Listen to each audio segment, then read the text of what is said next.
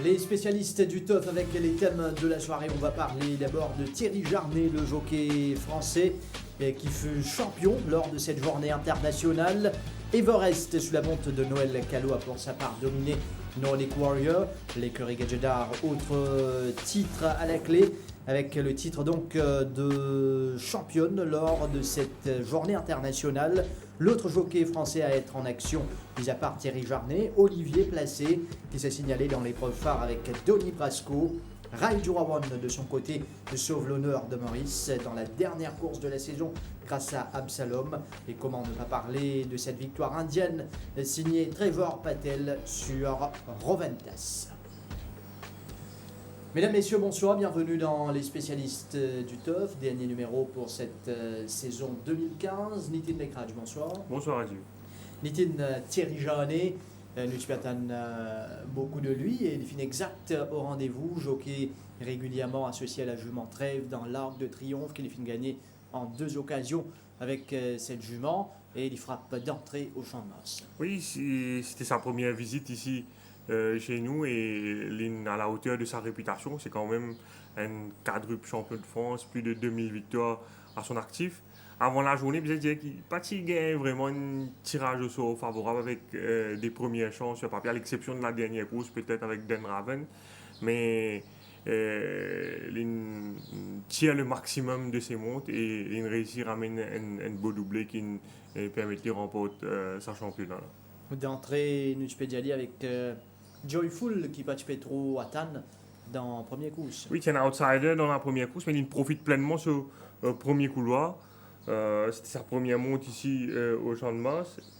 Et nous trouvons qu'il n'y a pas de bouscule vraiment sur ses valves. À l'extérieur, nous trouvons Randolph qui sollicite vigoureusement Social Network. Il y a également Obama qui peut solliciter à l'extérieur. Get Johnny, il peut sortir à sa main et il suit en midfield dans le sillage de meneur. Ça, c'est faux qui Social Network et Obama il fait au départ là.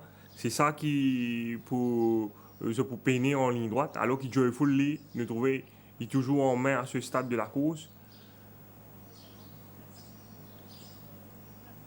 Et ce jockey cherche l'ouverture à mi-ligne droite, gagne le passage à l'intérieur et ce va l'accélérer pour remonter Social Network et Obama. C'est les coups signalés au départ. Donc Joyful dans la première et puis finira également au cours de cette journée la victoire de Hot Rocket et Not Outsider. Oui, 61,5 kg sur les dos, un 7e nid au départ. Ici, il fait à l'extérieur sur tout le parcours. En début de course, même en épaisseur à un moment. Mais il profite un peu de circonstances parce que Chinese Gold vraiment très malheureux de ça les gros ça. Mais sans diminuer mérite, je ne sais pas qu'à diminuer mérite Hot Rocket parce qu'il ne dit pas qu'il y a des courses aisées. Là, nous trouvons il y a à l'extérieur de Storm Dancer. Il est too wide et le jockey Jarnet pour ramener pour placer en one-off. Et c'est voilà pour suivre très relax. C'est un jockey qui a main de velours, comment nous dire, dans le jargon hippique. Et là, il peut profiter un peu des malheurs de Chinese Gold à son intérieur pour amorcer sur l'attaque à l'extérieur au dernier virage. Et ce cheval pour bien accélérer pour une remonte Always Flirting et Derek David. Également très fort à l'extérieur avec Always Flirting, Hot Rocket, Always Flirting, Hot Rocket, Always Flirting. Vous savez que le malheureux de la course, comme on dit, c'était Chinese Gold et le jockey Chavez dans sa course. Chinese Gold qui, depuis le début de la course, quand le train, parce que c'est un train trop rapide sur la partie initiale avec Always Flirting et Captain Magpie, David et Jagla, chacun peut hésiter pour aller devant dans sa course. Et avec ce manque de train-là, Chinese Gold, le jockey Chavez, il peut bien reprendre pour ne pas monter le talon Captain Magpie aux environs du 1000 mètres. Et puis par la suite, en descente, l'étant Always Flirting, il passe devant. Le train, il ralentit davantage. Nous pourrons regarder ça sur les images. Et Chinese Gold, il commence à tirer énormément dans le dos de Captain Magpie. Et la selle du jockey Chavez finit déplacée davantage. Déjà, aux environs du 1000 mètres, la selle là finit comment se déplacer, l'état d'une réponse sur le premier coup. Donc là, ce lipier peut presque frôler avec les barres intérieures et il décide pour tirer sur les pieds dans les étriers pour capable contrôler sur la selle qui finit déplacer. Il est presque le garrot cheval là à ce stade.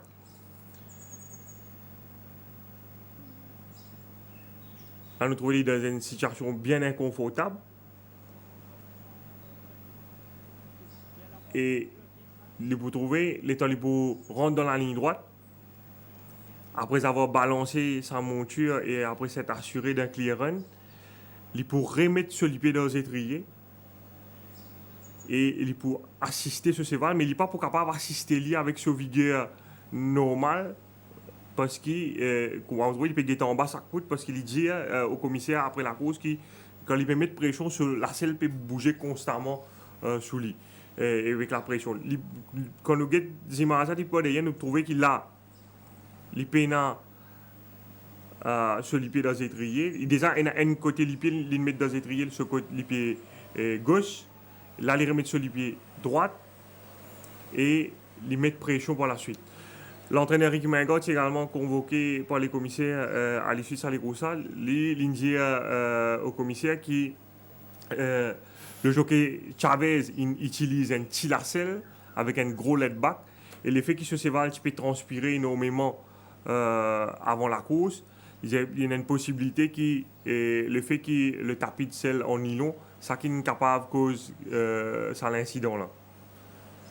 Mais il a également dit au commissaire que selon lui, le jockey Chavez est capable de retrouver ce étrier beaucoup plus avant qu'il ne fait dans la ligne droite. C'est une explication fin notée par les commissaires. Donc Oscar Chavez sur le grand favori Chinese Gold. Un peu plus tard, nous avons l'occasion, cause notamment sur la dernière course côté Tiancel sur Brandewin. Mais pour l'heure, nous intéressons à Thierry Jarnet. Thierry Jarnet, le champion lors de cette journée internationale. On écoute son interview.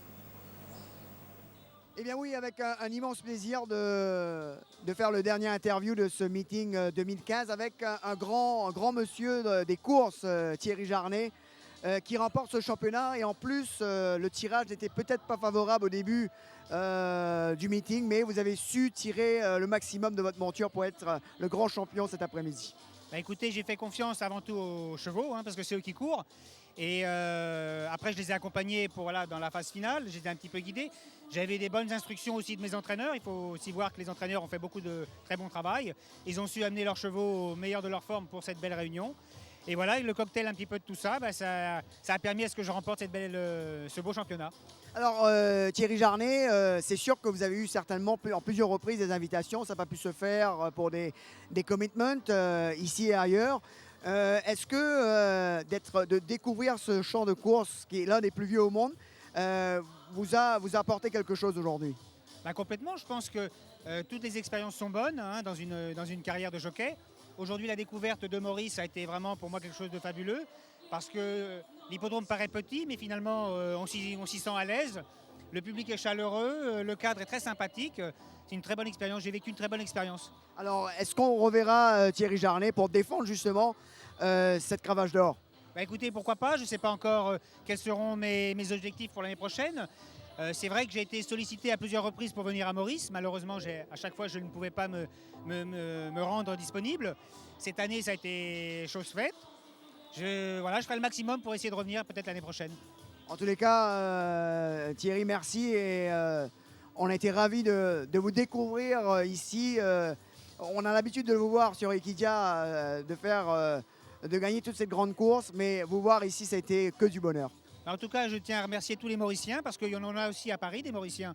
D'ailleurs, j'en ai vu un qui était présent aujourd'hui, qui a fait le déplacement spécialement pour venir me voir. Donc c'est très, très chaleureux et puis on leur donne rendez-vous peut-être à l'année prochaine. En tout cas, on va voir. Merci beaucoup et à bientôt. En tout cas, c'était un grand Thierry Jarnet, Nitin, qui nous fait l'occasion de trouver au Champ de Noces. Oui, un grand honneur également parce que c'est quand même un jockey qui a une réputation, une solide réputation en France. Et bien remercier le Mauritius Turf Club de l'avoir pu amener ici pour le plus grand plaisir des tueurs-fils. Classement jockey pour cette journée en particulier. Donc, nous pouvons trouver c'est Thierry Jarnet qui finit en tête avec 26 points, Olivier Placé, l'autre français, 17, Derek David 12, ensuite Yorix Mendizabal, Raiju Rawan qui partage la 4e place avec 11 unités. Ça c'est concernant le classement. Noël Callot tient celle sur Everest, Derek David Titi Nordic Warrior lors de l'exercice de tirage au sort, et finalement Everest remonte Nordic Warrior en ligne droite. Oui, il y a une belle montre du King Callot, une montre très patiente, que les pas inquiète li quand Nordic Warrior prend sur une distance, surtout en descente, ils attendent le dernier moment, les derniers 300 mètres pour lancer à l'assaut du coursier de l'écurie Perdon, et ils réussissent à remonter dans les derniers mètres de la course. Nous pourrons régler tout ça ensemble. Maintenant, c'était la 5e course, le duel entre Nordic Warrior et Everest. Oui, Nordic Warrior, comme attendu, le plus rapide à l'ouverture des boîtes. Everest également une certaine gate speed, mais nous trouvons Callot pas pour force le pas du saut cheval pour suivre dans la foulée de Nordic Warrior. Il faut contenter suivre en 2e position sans bousculer sa monture. Desert Shake, il y a une course difficile à l'extérieur avec Dominique Tourner. Là, nous trouvons Nordic Warrior commence par sa distance. Nous trouvons arrivé un moment, Everest pour mistride, aux environs de 900 mètres. Mais Callot, pas pour forcer malgré ça, pour refaire sur état le Nordic Warrior. Nordic Warrior qui est bien keen devant avec Derek David. Et nous trouvons là en 2e position Everest bien retenu par Callot. Il n'a pas fait force ce cheval pour capable suivre Nordic Warrior. J'ai l'impression environ 600 mètres, peut-être Everest une chance d'y un moment. Et graduellement, nous trouvons Callot. Il revient dans le sillage de Nordic Warrior. Et à partir de là, qu'il y mette vraiment la pression pour amorcer sur l'attaque. Et pas évident pour passer Nordic Warrior quand Nordic Warrior tout seul devant comme ça. Et sous la cravache de Noël Callot, Everest pour bien accélérer.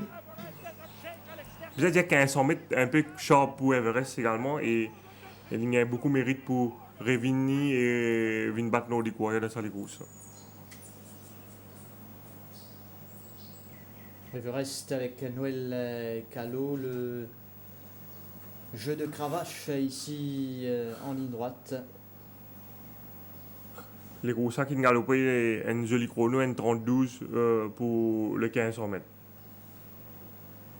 Everest, le salut donc de Noël Callot qui domine Nordic Warrior.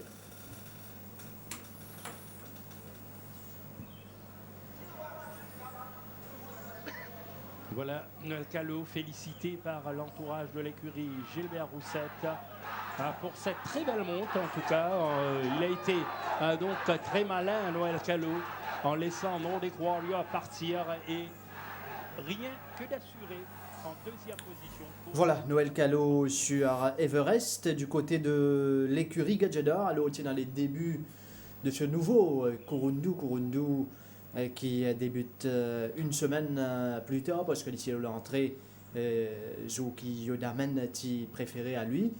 Il finit tiré en course dimanche sous la montre de Daryl Holland. Il finit un jockey qui connaît la piste sur le dos. Et Kurundu, c'était une petite démonstration. Oui, l'écurie Gadjador dans la foulée de ce titre remporté une semaine plus tôt, qui remporte le titre qui récompense l'écurie la plus performante lors de cette journée internationale. Grâce à une jolie doublée avec Kurundu dans la 2e course. Kurundu, Enzen Souval qui peut débuter ici, pas évident, une frappe d'entrée en fin de saison. Et c'est voilà qui démontre une possibilité à l'entraînement. Mais façon qu'il galope ça les courses, il gagne ça les courses. Moi personnellement, pour ma manière qu'il galopé durant le parcours, je ne suis pas aussi confiant parce que c'est voilà qui bien green. Et Daryl Holland bien reprend en quelques occasions pour faire les concentrer dans les courses. Les tu peux tirer également. Et il gagne les courses assez impressionnant pour moi, parce que pour moi, je pensais, peut-être il évolue à 40, voire seulement 50% de ses moyens dans sa courses. Et l'année prochaine, avec un peu plus d'expérience, c'est un cheval qui est capable d'aller bien loin ici. C'était la deuxième course. Kurundu tient face à lui notamment Billy Bojangles. Nous guette le départ de cette épreuve, le coursier d'écurie Gajeda qui sortit depuis 6e couloir. Oui, il est sorti du 6e couloir. C'est un cheval qui a une certaine vitesse, c'est un cheval qui gagne le 600 mètres en Afrique du Sud. Et nous trouvons Daryl Holland pour essayer de trouver une position d'emblée devant Billy Bojangles.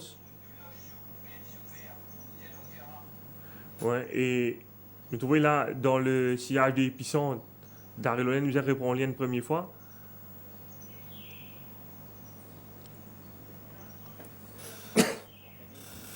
Et nous a fait ressortir également qu'il fait une PLDN faire en course. Oui, tout à fait. Et là, nous trouvons Holland PC, settle ce cheval dans le dos de l'épicentre parce qu'il traîne pas trop rapide devant avec Port Albert. Et ce cheval, sur le mot, là, nous trouvons même Pelé la tête peut tirer et Jockey bien répondu encore une fois.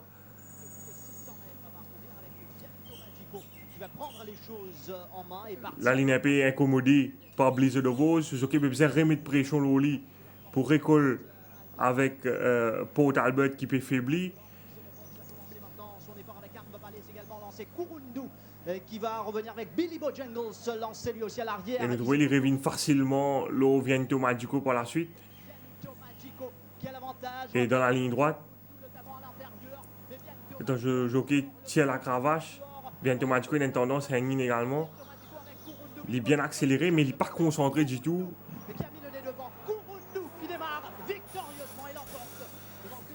C'est un cheval qui, façon qu'il gagne sur les courses, il démontrait vraiment qu'il a une grosse qualité.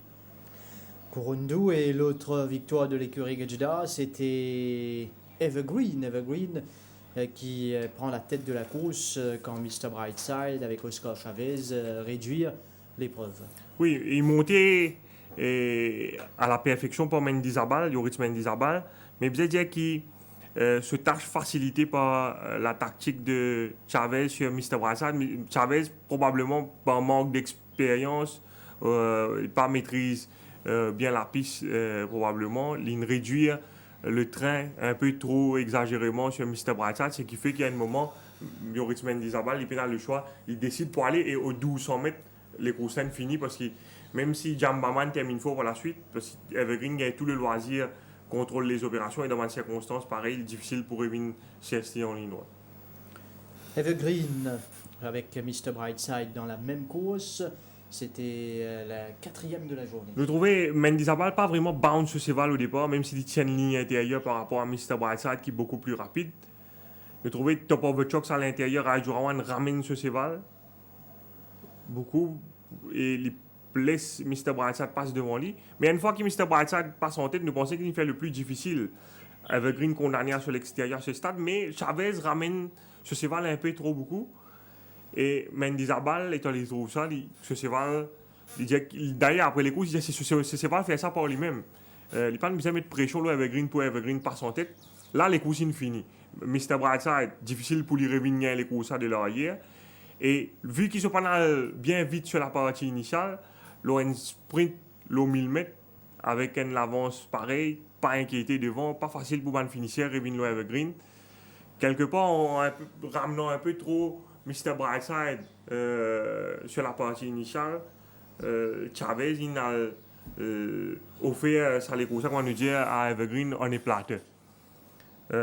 Même que Jambaman pour essayer de revenir par la suite, là, quand on laisse Evergreen, c'est un cheval qui quand même gagne 3 les courses avant sa victoire avec Mendizabal là cette année. Pas évident pour Revin à la charge en ligne droite. Et nous trouver Evergreen l'accélérer à la fin. Jambaman revenu, mais c'était déjà trop tard. Et Evergreen gagne une belle victoire. Mr. Brightside qui, même s'il n'a pas fait une réussite à adopter sa tactique préférée, il pas terminé loin. Oui, mais quand on regarde la physionomie des courses, vous trouvez quand avec Green dans le devant, personne pas capable de rattraper à la fin. Si Mr. Brightside, qui a le devant et pas, savait si les 6 stride un peu plus sur la partie initiale, c'est lui qui pourrait trouver dans la position d'Evergreen et probablement c'est lui qui pourrait les courses. Nous enchaînons avec un cavalier français, Olivier Placé, un autre cavalier qui fait une quantier maximum de cheval de monture. Oui, bien dire qu'initialement sur l'entraîneur, Tiziali suivait un peu plus en retrait avec Denis Brasco. Nous avons un peu surpris pour retrouver Denis Brasco dans une position à l'extérieur pratiquement du meneur Whelan au bas de la descente. Mais bien dire que le rythme parti aussi élevé durant la course. Si bon, nous regardons le départ tout d'abord. Denis Brasco finit prendre un bon départ. Il y a à l'extérieur de Silver Bluff ici. Ryder Cup pour placer lui devant lui. Mais nous trouvons le jockey placé peut bien reprendre lui à ce stade. Whelan, pas bien vite devant. Jurawan, il reprend Silver Bluff. Une 7 opposition à Ryder Cup. Denis Brasco peut tirer quelque peu ici. Il lui peut galoper le nez au vent. Et le rythme pas vraiment soutenu en descente. Et d'ailleurs, vous trouvez par derrière le jockey Patel en grosse difficulté, le Kimberley. Même Jurawan, le Silver Bluff, fait bien reprend ce cheval juste derrière Casey Zoir. Et là, le jockey placé pour commencer à rapprocher à l'extérieur du meneur.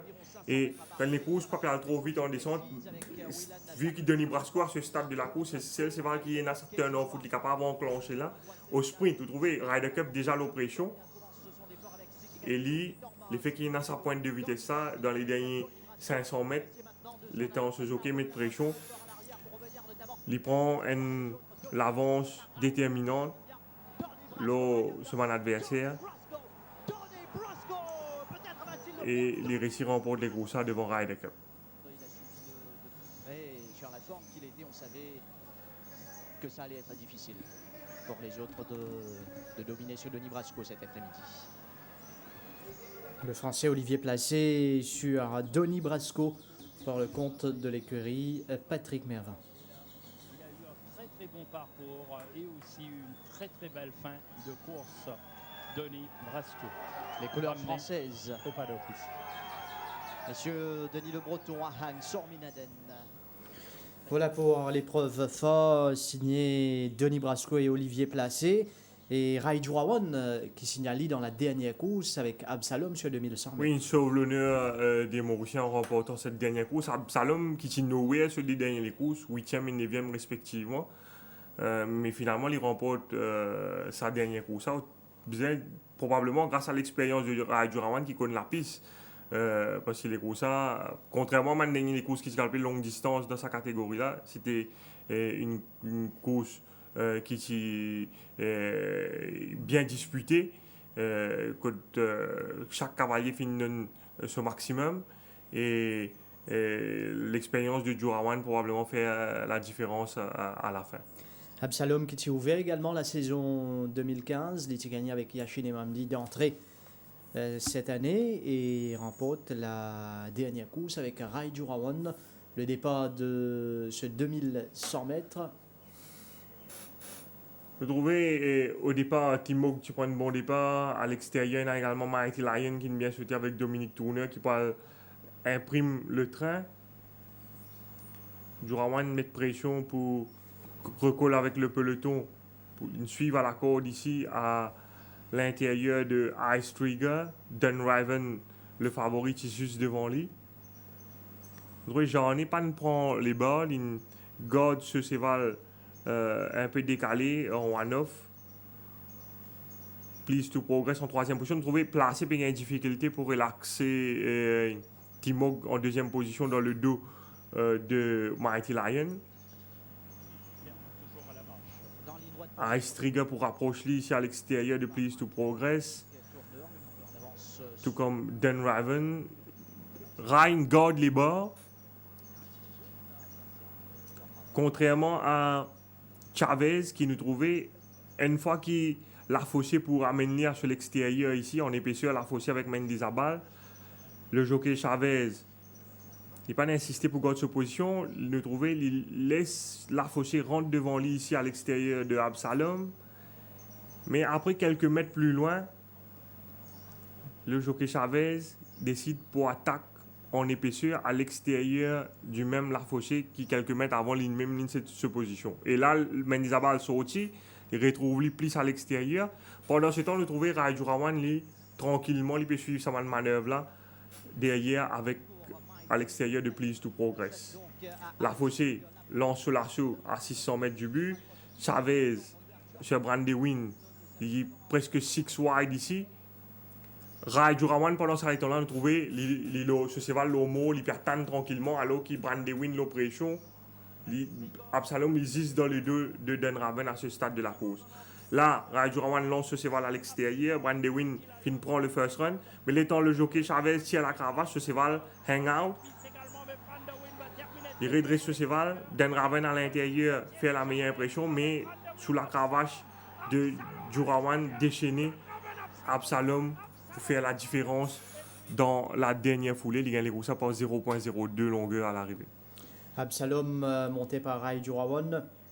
Et c'était une lutte, la monte de Oscar Chavez qui finit faire pas mal de débats.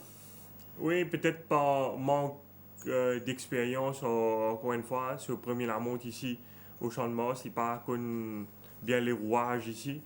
Et il lance sur l'attaque peut-être un peu trop prématurément au beau milieu de la piste. Et ça peut-être forcément on pensait le vainqueur moral de la course, c'est Brandywin.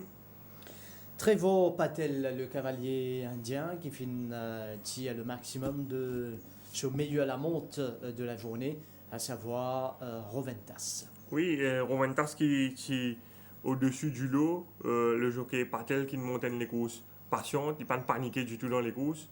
Il prend un bon départ, il suit dans le sillage des meneurs. Vous trouvez Roventas, c'est un cheval qui est à une certaine gate speed. Ils poursuivent juste dans le dos de Brave Leader et de Sheila Offender. Et Patel, il besoin prendre 2-3 décisions dans les courses. Là, nous trouvons Sheila Offender en deuxième position avec Chavez peut tirer énormément. Et il trouvait qu'il est en difficulté devant. Et il trouvait qu'il décale à l'extérieur un petit moment. Parce qu'il n'a pas envie de retrouver trop décroché derrière Sheila Offender. Là, il finit par à l'extérieur de Sheila Offender one-off. Et s'il continue, reste là, il pourrait trouver en épaisseur. Et il prend la bonne décision, il décide pour retourner à la corde au 1000 mètres. C'est une bonne décision parce que s'il tire à l'extérieur de Sheila Offender, ici, il trouve leur place direct approach au milieu de la piste. Donc, déjà, il retrouve une bonne position à la corde dans le dos de Esteco, devant Brave Leader. Le loisir dirige les opérations avec Blueberry sur l'extérieur. Roventas, là, il est toujours dans le sillage de Esteco qui ne peut pas avancer convenablement. Patel décide encore une fois pour décaler à l'extérieur de Esteco, mais il peine un passage devant lui parce que Blueberry ne peut pas avancer devant. Il besoin attendre. Il peine le choix ici. Et il décide pour rentrer à l'intérieur ici. Et heureusement pour lui, il gagne à l'ouverture entre Esteco et Brave Leader à l'entrée de la ligne droite. Et ce cheval fire vraiment dans les derniers 150 mètres pour remporter une victoire aisée. Un cheval qui m'a chanceux, bien rappelé ce dernier sorti quand il a battu au Sinchona. Et le jockey Patel, c'est un jockey assez longiligne. Mais qui a quand même un joli style dans la ligne droite pour permettre à Roventas de signer une brillante victoire. Une façon assez particulière de manier la cravache également. Trevo Patel, le cavalier indien, qui finalement, je ne crois pas dire, tient un peu de pression sur ses épaules, étant en Lévina, parce que ce ban compatriote qui tient en action dans la saison précédente, pratiquement je tout fin ramène jeu de victoire dans les valises. Et Trevor Patel qui répond présent également grâce à Roventas de l'écurie Ricky Minga. Dans la course réservée à Bancavalia de la Fégenterie, Tiger Master qui était le favori, monté par la Norvégienne Dina Egum. Oui, Tiger Master qui est grand favori des courses et qui est exact au rendez-vous dans les courses de la Fégenterie là. Il suit dans le sillage de McNaught qui s'y devancé la dernière fois. Et l'Infer McNaught travaille un peu sur la partie initiale. Et l'Inrevin fort en ligne droite pour remporter une belle victoire. Pas une sortie trop bien des boîtes, un peu de travers. L'Infer McNaught travaille un peu avant cette dit le commandement. Vous trouvez ici. Ça c'est faux qu'il McNaught il fait au départ là, ça même qui fait l'hyperdi les courses et qui de l'autre côté fait Tiger Master remporte la victoire. Et là, il contente les suivre en deuxième position derrière le leader. For Nobles en troisième position. Leo's Rush en épaisseur. Albert's Day à l'extérieur de For Noble. Black Gambit en arrière-garde à l'extérieur de Marine Sky. Juste devant Black Gambit, nous y trouve City Treasurer. Vous voyez, Tiger Master quitte les barres en descente pour suivre à l'extérieur.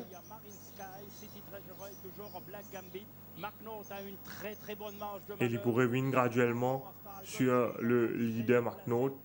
À son extérieur, Fort Noble, puis on retrouve Marine Sky, City Treasurer, Black Gambit commence son effort. McNaught, s'il ne faiblit pas donc, pourrait le faire. Tiger Master se rapproche, Albert's Day va attendre l'ouverture à l'intérieur en pleine ligne droite, mais il revient à l'extérieur de McNaught. McNaught, Albert's Day. Et sous la cravache de Egum, Tiger Master pour accélérer, pour faire la différence au finish et offrir une belle victoire à l'entraîneur Raj Ramlin qui nous tout connaît bien content illustré dans sa les courses Fégenterie. Tiger Master qui signe sa première victoire au Champ de Moss. Sous la cravache ici de Dina Egum pour remonte McNaught. Je nous rappelle Raj Ramlin qui déjà gagne sur les courses dans le passé avec To Be a Star et Match de Market. Et Egum qui remporte donc sa dernière manche du championnat de la Fégenterie là, mais la championne à l'issue de sa courses, c'est la Suédoise Joséphine Chini.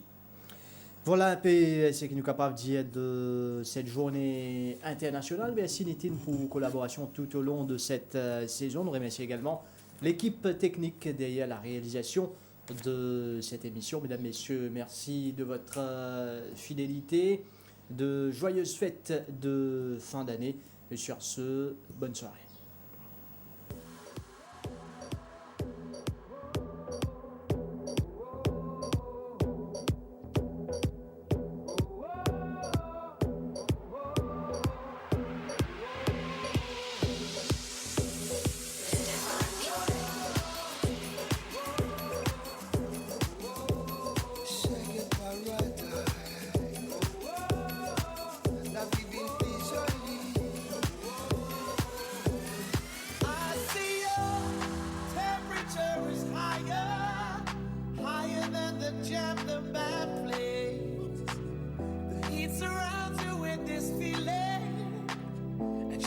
Show the way we swing. Tonight our island comes alive. Six and rhythms that unite. So let me take you on a ride to my paradise. Yeah. Feel the rhythm of the fire as we walk hand in hand.